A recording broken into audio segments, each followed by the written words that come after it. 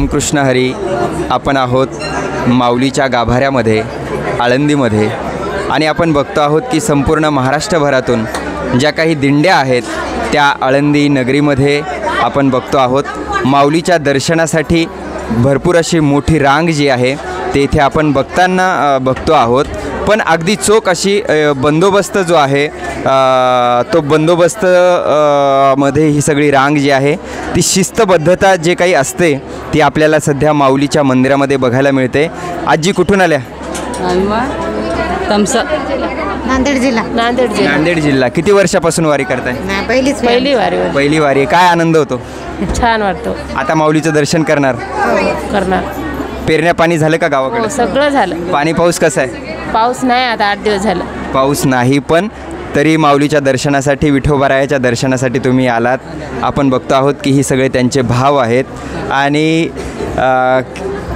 आपल्यासोबत काही अधिकारी मंडळी आहे, तेही दर्शनाच्या रांगेमध्ये आहेत. आपण बघतो आहोत की ही शिस्तबद्धता जी असते किंवा सगळ्यांसाठी सारखे नियम जे असतात ते आपल्याला इथे बघायला मिळतात. म्हणजे डिपार्टमेंटची सगळी मंडळी असून देखील आज ती माऊलीच्या रांगेमध्ये उभी आहे दर्शन घेण्यासाठी. नक्की काय आनंद होतो आहे? हा आमचा पण पहिला बंदोबस्त आहे. अतिशय आनंद वाटत आहे माऊलींची सेवा करण्याची संधी मिळाल्याबद्दल. खूप आनंद होत आहे माऊलीची सेवा करण्याची संधी मिळाल्याबद्दल. खूप आनंद होतो आहे माऊलीची सेवा करायला मिळालेली आहे. तुम्ही डिपार्टमेंटमध्ये असूनसुद्धा आज बारीमध्ये लागलात. ही शिस्तबद्धता जी असते ती नेमकी कशी सांगाल?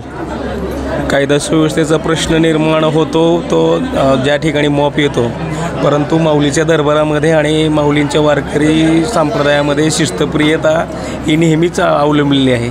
ज्या ठिकाणी आम्हाला क्रूरतेने कुठं ठिकाणी बोलावं लागतं, त्याहीपेक्षा जर एखाद्या ठिकाणी माऊली म्हणून काम होत असेल तर अतिशय हजारपटीने ते योग्य आहे. आणि माऊलींच्या दरबारामध्ये आम्हाला ते करायला मिळतं, ते आमचं भाग्य समजतो.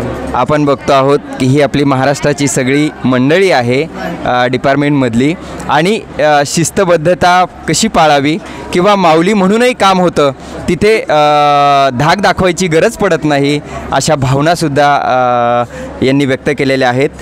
पहिली किती वर्ष झाले वारी करताय किंवा कधीपासून जॉईनिंग आहे? मी ह्याच वर्षी इथे आलेलो आहे, म्हणजे माऊलींच्या सेवेसाठी. याच्या अगोदर काय आपण इथं आलेलो नाही. आनंद होतोय? हो, खूपच आनंद होतोय. कारण का लोक इथून पायी येत आहेत किंवा आम्हाला तर स्वामीने माऊलीने बोलवलं, इथं माऊलीने बोलवलं आहे आणि माऊलीची सेवा करायला मिळत आहे. ह्या सगळ्या अशा भावना जे होते त्या ह्या सगळ्या मंडळीच्या होत्या, वारकऱ्यांच्या होत्या, अधिकाऱ्यांच्या होत्या.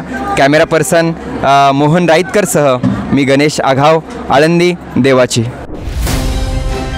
भारत दुनिया का सबसे बड़ा लोकतंत्र और NLC भारत देश का सबसे बड़ा गैर राजनीतिक मंच. शक्तिशाली लोकतंत्र के लिए राहुल कराट का सार्थक कदम. मुंबई में हुआ ऐतिहासिक प्रथम राष्ट्रीय विधायक सम्मेलन.